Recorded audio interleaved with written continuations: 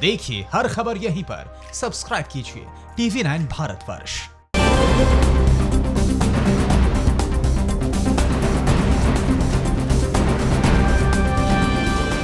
किसने कहा भारत के परमाणु मिसाइलों के निशाने पर है चीन के ठिकाने? भारत ने कैसे हासिल किया दुनिया का भरोसा?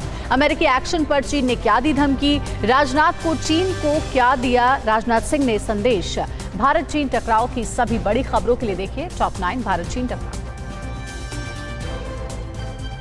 चीन के साथ बढ़ते तनाव के बीच भारत ने अपने परमाणु सुरक्षा रणनीति में बड़ा फेरबदल किया है। एक अमेरिकी थिंक टैंक की रिपोर्ट के अनुसार भारत ने अपने परमाणु बमों के विकास और उसके रोकथाम की रणनीति को पाकिस्तान से हटाकर चीन पर फोकस कर लिया है। अब चीन की राजधानी पेइचिंग में भी भारतीय परमाणु मिसाइलों की जद में आ गई है।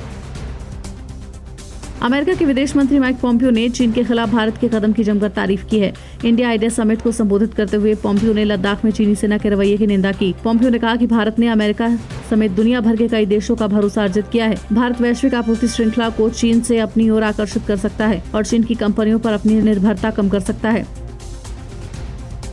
समझौते के एक हफ्ते बाद भी चालबाज चीन पूर्वी लद्दाख के तनाव वाले इलाकों से पीछे हटने को तैयार नहीं है। वो 40,000 जवानों की तैनाती कर रहा है। तनाव वाले इलाकों में चीनी एयर डिफेंस सिस्टम और लंबी दूरी तक मार करने वाली तोपें मौजूद हैं। गोगरा और हॉट स्प्रिंग इलाके में वो कंस्ट्रक्शन कर रहा है। मिलिट्री और डिप्लोमेटिक लेवल की बातचीत और डोभाल की एंट्री के बाद दोनों देशों की सेनाएं पीछे हटने को तैयार हुई थी।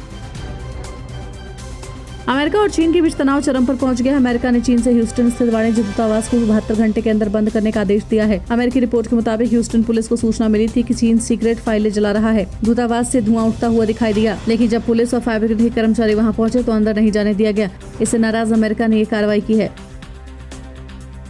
अमेरिकी एक्शन से चीन बौखला गया है। चीनी विदेश मंत्रालय ने कहा इस तरह अपमानजनक और अनुचित कदम चीन अमेरिका का संबंध बिगाड़ देगा। चीन ने इसके बदले वुहान स्थित अमेरिकी दूतावास बंद करने की धमकी दी है। उसने ये भी कहा है कि वो और बड़ा कदम उठाने पर विचार कर रहा है। भारत चीन सीमा पर तनाव के बीच रक्षा मंत्री राजनाथ सिंह ने कल एयरफोर्स कमांडर्स की कॉन्फ्रेंस में चीन को आईना दिखाया। राजनाथ सिंह ने उसका नाम लिए बगैर कहा कि अग्रिम ठिकानों पर युद्ध की तैयारियों में सेना ने जो फुर्ती दिखाई उसे विरोधियों को कड़ा संदेश मिला। रक्षा मंत्री बालाकोट एयर स्ट्राइक के लिए वायुसेना की जमकर तारीफ की और LAC पर पैदा होने वाले हर हालात से निपटने के लिए तैयार रहने को कहा। एयरफोर्स कमांडर्स की कॉन्फ्रेंस में राफेल पर खास चर्चा हुई। सूत्रों के मुताबिक कॉन्फ्रेंस में राफेल की तैनाती को लेकर रणनीति बनाई गई। LAC पर चीन के तनाव को देखते हुए राफेल की तैनाती चीन सीमा के नजदीक की जा सकती है। इसके लिए 2 एयरबेस में राफेल के लिए खास इंतजाम किए जा रहे हैं। राफेल के शामिल होने के बाद भारतीय वायुसेना की ताकत में जबरदस्त इजाफा होगा। LAC पर राफेल के अलावा MiG-29, सुखोई 30, तेजस, अपाचे AH-64E और CH-47F चिनूक जैसे घातक हेलीकॉप्टर और लड़ाकू विमान की तैनाती पहले से हो चुकी है। फॉरवर्ड एयरबेस पर सुखोई 30 और MiG-29 विमानों के साथ अपाचे हेलीकॉप्टर उड़ान भरते नजर आए हैं। चीन से तनाव के बीच भारत ने बेहद शक्तिशाली एंटी टैंक नाग मिसाइल का सफल परीक्षण किया। नाग, जिसका नया नाम ध्रुवस्त्र है, एक 3rd generation anti tank guided missile है, जिसका टेस्ट ओडिशा के बालासोर में 15 और 16 जुलाई के दौरान हुआ। DRDO द्वारा तैयार इस मिसाइल से 7 किलोमीटर की रेंज में दुश्मन के किसी भी टैंक को नेस्तनाबूद किया जा सकता है।